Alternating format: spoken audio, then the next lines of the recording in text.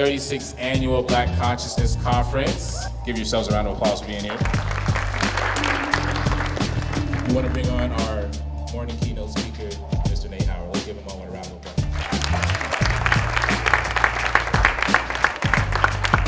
Give him a round of applause, y'all.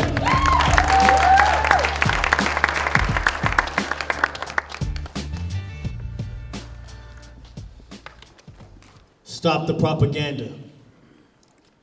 There is no message. Only economics dictating politics. And artificial progress made positive. This is not your favorite reality show. The revolution will not be televised. I am not a social construct. I don't believe in hierarchy. Authority only made me obedient to a structure that never leveled me equal. I'm hungry for success, but I live in a food desert. We're Jack in the Box tacos, Big Macs, and Taco Bell nachos, cornered by liquor stores, drunk on your lies, starving on the truth, throwing up on the contradiction on why I became so inferior to you. What's your power? Speak your truth. Show the youth that 1921 Tulsa, Oklahoma was the epicenter of black business and expansion before the KKK looted and burned every home and business, destroyed and killed every potential of the city, and celebrate the lynching of another brother gone. The time is now to stop the propaganda. There is no message. Only economics dictating politics and artificial progress made positive. This is not your favorite reality show. The revolution will not be televised. The revolution will be internalized. And it starts with you.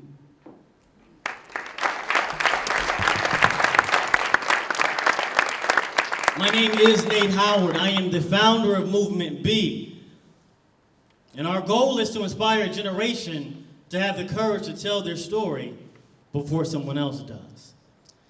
So if you don't remember anything that I tell you today, remember that I told you to tell your story before they do. So throughout my speech, I'm going to say, tell your story. And when I point at you, all I need you to say is before they do. Let's practice. Tell your story. Before they do. All right, good. We're going to have some fun today. I'm going through something that happened recently. I was giving a speech at San Jose State last year for their black grad. And after the speech, we went to a graduation celebration to celebrate with the graduates. Our friend had to urinate, and he couldn't go back into the club, so he decided to urinate behind the building. Officers noticed him, grabbed him, and took him to the police car.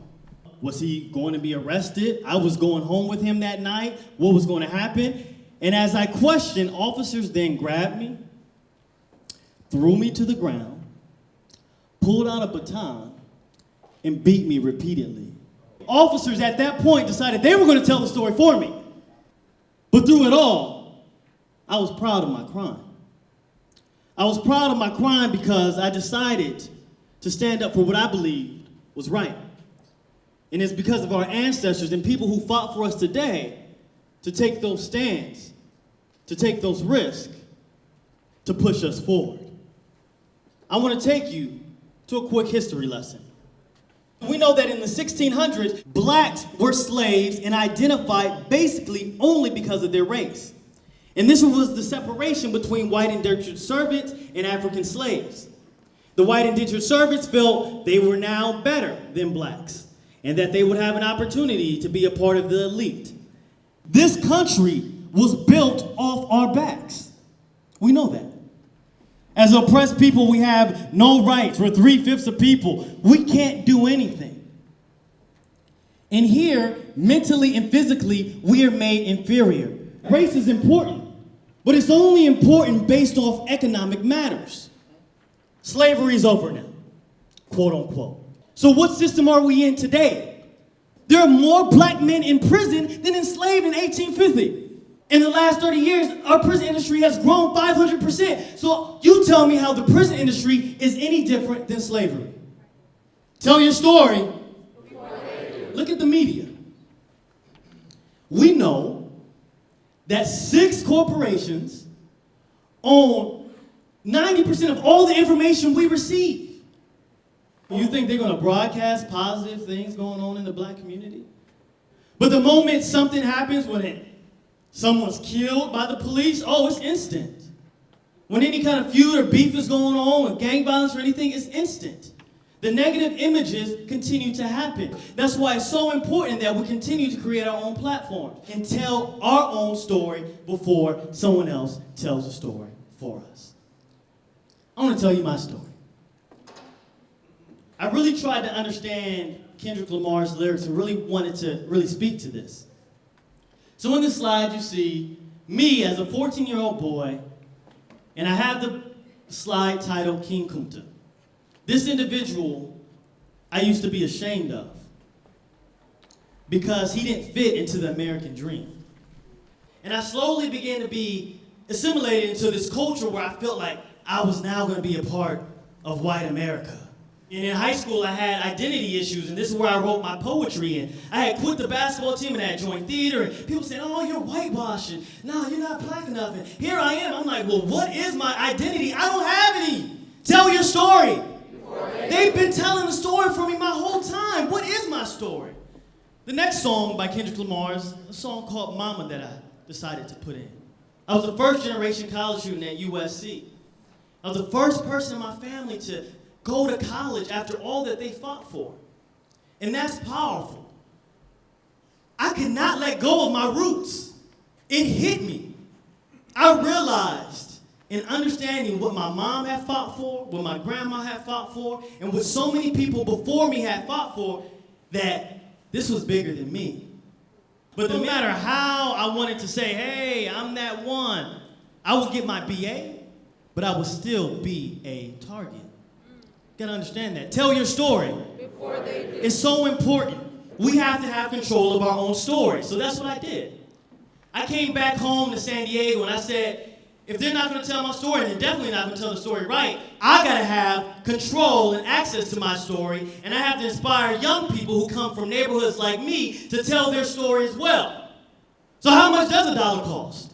If I have a vision for something, if I want to make a change for something, I don't figure out how, I need a 501c3, I need to make a nonprofit, I need funding. I just go and do it. Why? Because my purpose is to encourage my generation to tell their story before someone else does, because once they have the power of their story, we can move and mobilize to do the great work that we need to do. But this is the first step. So after I was giving this commencement speech at San Jose State, and 2 months later, I received a warrant for my arrest. I just got done with trial about 2 weeks ago. And for 9 hours a day on trial, I have to sit here and let these officers tell my story. So when the sentencing came back, they found me guilty. I was shocked. I was a little surprised. But I understood. I wasn't going to get angry. We have to channel our emotion and be strategic. The law was never made for us. It was never set up for us. So we have to be strategic in fighting that law. And I was only given community service. And I said, oh, you're going to punish me with community service? Really?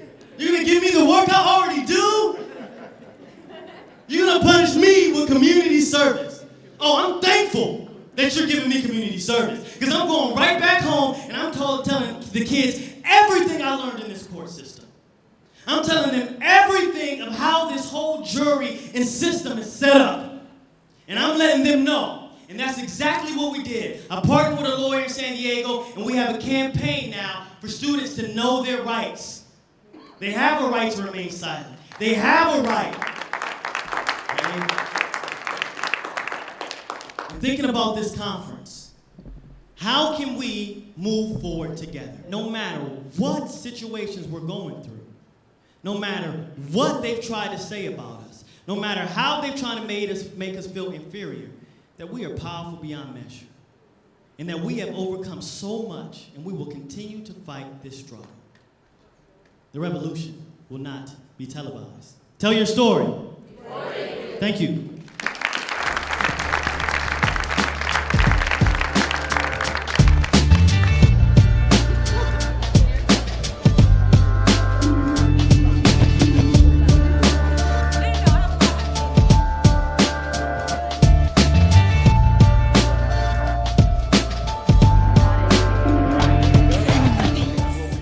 job today is to moderate our panel. We have a phenomenal and an astounding and a supreme set of panelists here to come and talk to you all. Please help me welcome to the stage Brother Nate Howard.